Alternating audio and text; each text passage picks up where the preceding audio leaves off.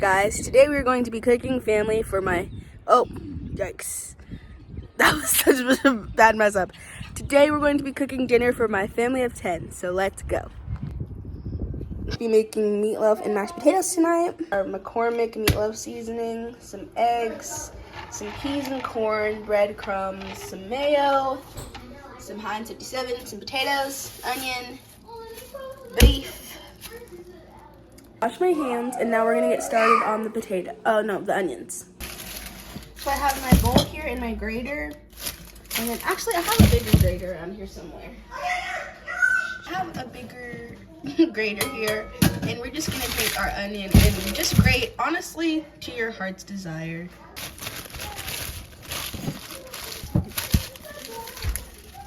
All right, you guys, in all honesty, this is not my favorite part of it.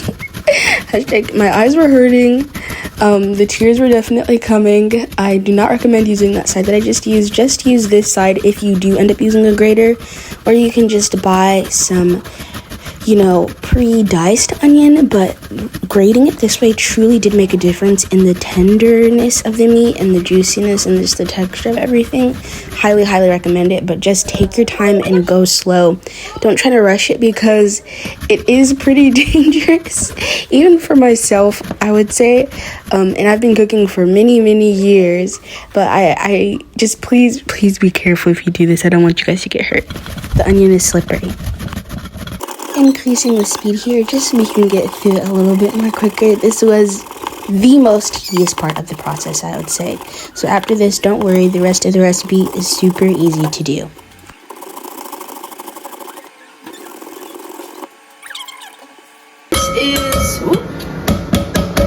This is about how much onion we got, which is perfect.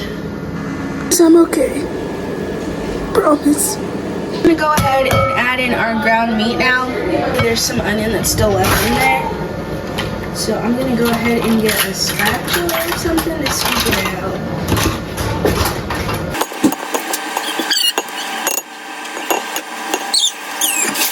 Use about half of this container here.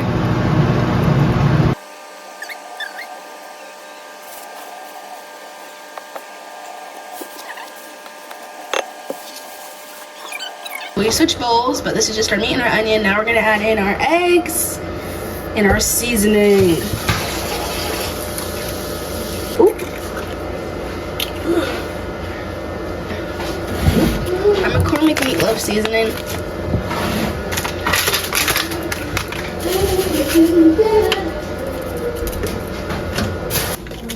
I'm gonna do half of this one.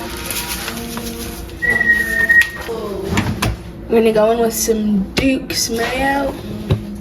It's just gonna add some extra moisture. This sounds so gross.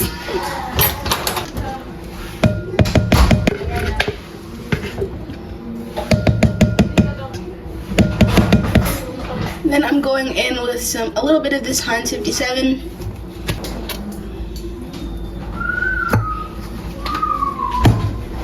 Ketchup. Mustard. We're gonna mix it all up. So I mixed this all up with a Ziploc on my hand because I didn't want to get my hands grubby, but definitely feel free to go in straight with your hands if you'd like. It's for your family. Obviously you'd clean your hands, so definitely up to you. To add breadcrumbs. I have some breadcrumbs from Progressive. So now we're gonna add in the breadcrumbs. I forgot to add these earlier. And I'm also eyeing this, but just kind of, just enough. That should be good. That should be good. I'm just gonna mix it in and see if it feels right. So once I added the breadcrumbs in, you will notice that the mixture starts to get thicker as you're mixing it, and that's just because the breadcrumbs are absorbing some of that, just the moisture around it, basically. So nothing's wrong, nothing's happening wrong, and you don't need to add anything else. You can just keep doing what you're doing.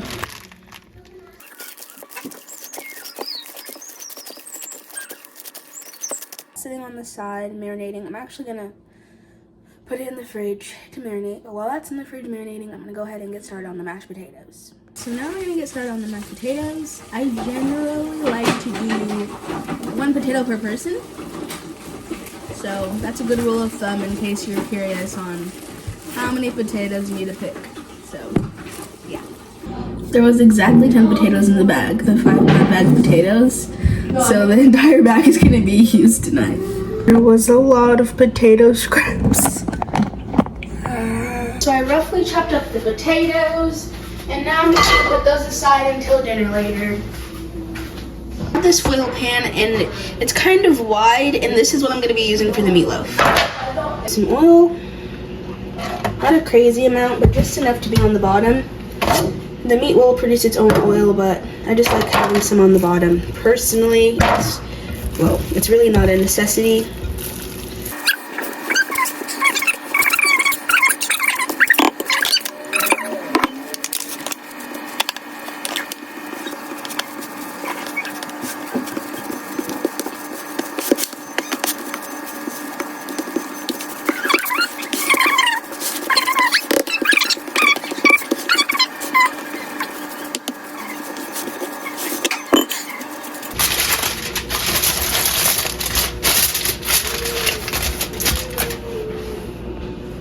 Alright, you guys, it's been some hours later. I'm currently snacking on some popcorn, but it's time to go ahead and get that oven preheated. So I set the oven to 350 degrees, and then I put the potatoes in a big pot of water to start boiling right now. So I'm gonna go ahead and make that sauce for the top of the meatloaf, and I put that on before I start cooking it. It was super simple and super easy to make. So into your pot, you're gonna put brown sugar, right? Brown sugar, some balsamic vinegar, some ketchup, a little bit of chopped up onion, so I'm going to use that little bit that was left over from earlier, some salt, and yeah. So I'm going to go ahead and start adding in the ingredients. Going in first with, actually I'll do the ketchup. You're going to need a hefty amount of this, so already have that in mind, okay?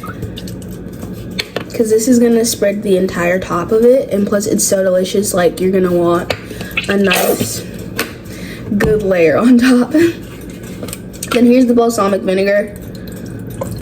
Ooh, there we go.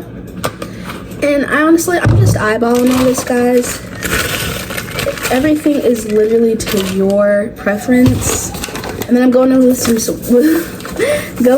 some white sugar. There we go. And then for the last bit, got the rest of those onions that we had earlier. I chopped it up into some small pieces. It's just, honestly, it's a rough chop. It's not a nice, neat chop. This is what the pot looks like. I'll show y'all. This is what it looks like. Don't mind the spill. But we're gonna go ahead and you're just gonna put it straight on the stove just like this. Thing that I forgot is I do put in like a tablespoon of butter, but it's really not necessary. It's all up to you. And that's the pot on the stove. I put it on high heat. You're just gonna let that boil until everything looks nice and good. The boiling potatoes. Alrighty. Here's that sauce. And just, yep. I'm leaving some in here in case people want it. Oop. You're just gonna spread that out. Just everywhere. And you're just gonna wanna spread that out everywhere.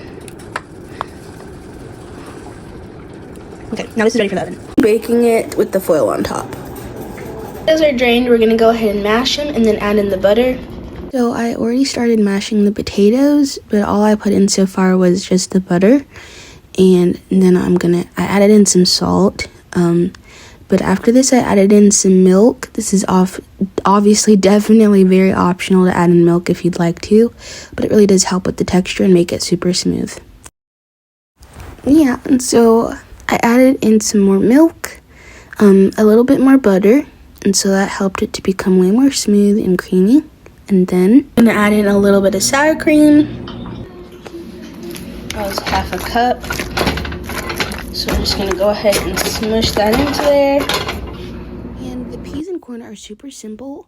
It's just straight peas and corn into your pot with butter, salt, and pep. And then we're going to be putting the corn.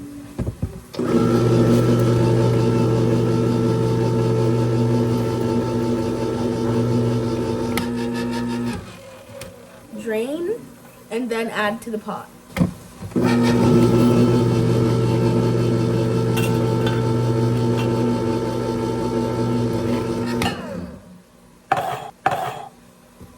Alright. Drain, add to the pot. And off the meatloaf. This is what it looks like.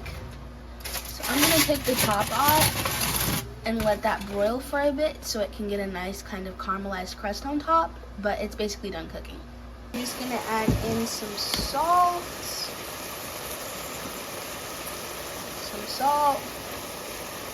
and some pepper. Mom likes to add black pepper into the corn and peas, but it's definitely up to you. I took mine out before I'm adding it in because I don't like black pepper in my... I don't really cook with black pepper. So that's one thing about me. And here is that meatloaf. It smells absolutely amazing, and I can't wait to cut into it. Guys, look at how juicy. Actually, I don't know why that... Yeah, that's what we're working with. It's so juicy. I was trying to show y'all and I dropped it. SMH. Tastes amazing. I'm not even exaggerating because I made it, but it's some of the best meatloaf I've had in my life. Thanks for watching. I'll see y'all next week. Think of dinner. So good it make you frown.